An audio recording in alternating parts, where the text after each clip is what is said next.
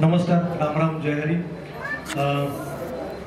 बऱ्याच दिवसांनंतर, बऱ्याच वर्षांनंतर, साधारण 6-7 वर्षांनंतर मी पुन्हा एकदा टेलिव्हिजनकडे वळलेलो आहे, मालिका करतो आहे.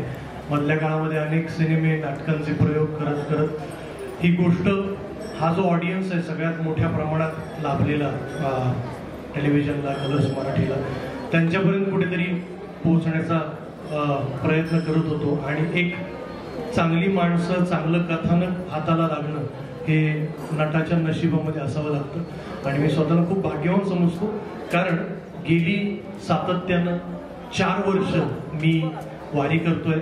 आणि दरवर्षी मी पूर्ण वारी करतो, म्हणजे देहूपासून सुरू करतो, आळंदीपासून मग पुणे, सासवड, जेजुरी, नीरा, वाल्हे, पुढे मग इकडनं सुद्धा तुकोबांची रोटीघाट, आणि शेवटचं जे वाखरीचं रिंगण आहे, 8.5-9 लाख वारकरी असतात. कारण सगळ्या पालख्या, सोपान काकांची पालखी, ज्ञानेश्वर माऊलींची, तुकाराम महाराजांची, गजानन महाराजांची पालखी तिथे येते आणि तो भव्य रिंगण सोहळा होतो. आणि शेवटी पंढरपूर. आणि दरवर्षी मी वारी सुरू करताना असं म्हणायचो की हा इंद्रायणी ते चंद्रभागा हा प्रवास वारकऱ्यांचा आजपासून सुरू झालेला आहे आणि तो 21 दिवस 22 दिवस तो चालणार आहे. तर या 4 वर्षामध्ये मला समृद्ध करणारी होती, माझं जगणं समृद्ध करणारी ही वारी होती. कारण आपण छोट्या छोट्या, म्हणजे आपल्याला खपली झाली तरी आपण भळभळत्या जखमीसारखं ते दुःख मोठं करतो. आणि वारीमध्ये गेल्यानंतर आपल्याला असं वाटतं की किती जगणं खरंच नितळ आहे, सोपं आहे. आणि आपण स्वार्थापोटी नेहमी मंदिरात जातो, देवळात जातो, देवाकडे मागणं मागतो.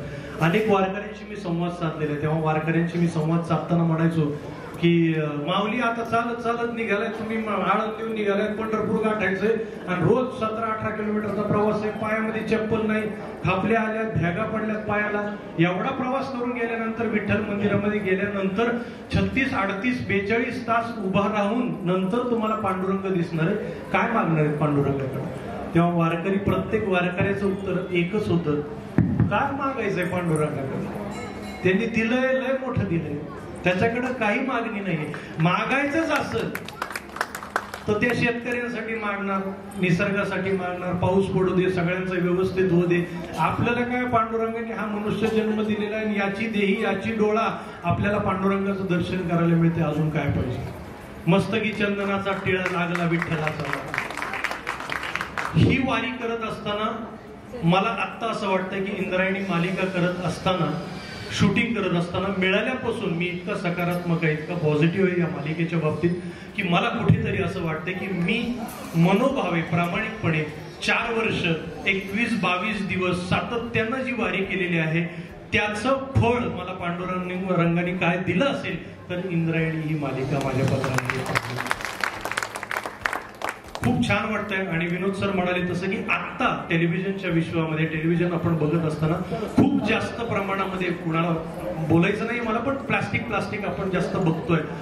पण इथे खरी गोष्ट, मातीतली गोष्ट, आपल्या टेक्स्चरची गोष्ट, महाराष्ट्रातली गोष्ट या मालिकेतून सांगण्याचा आम्ही सगळेजण प्रयत्न करत आहोत. आणि मला तुमच्या दोघांचे मनापासून आभार मानायचे केदार सर की या गोष्टीला तुम्ही परवानगी दिलीत. आणि मला असं वाटतं की मालिका लोक बघतात, विसरून जातात. मला असं वाटतं की तुम्ही मालिका करत नाही आहात, आपण सगळे मिळून एक वेगळं डॉक्युमेंटेशन करतोय असं मला वाटतंय.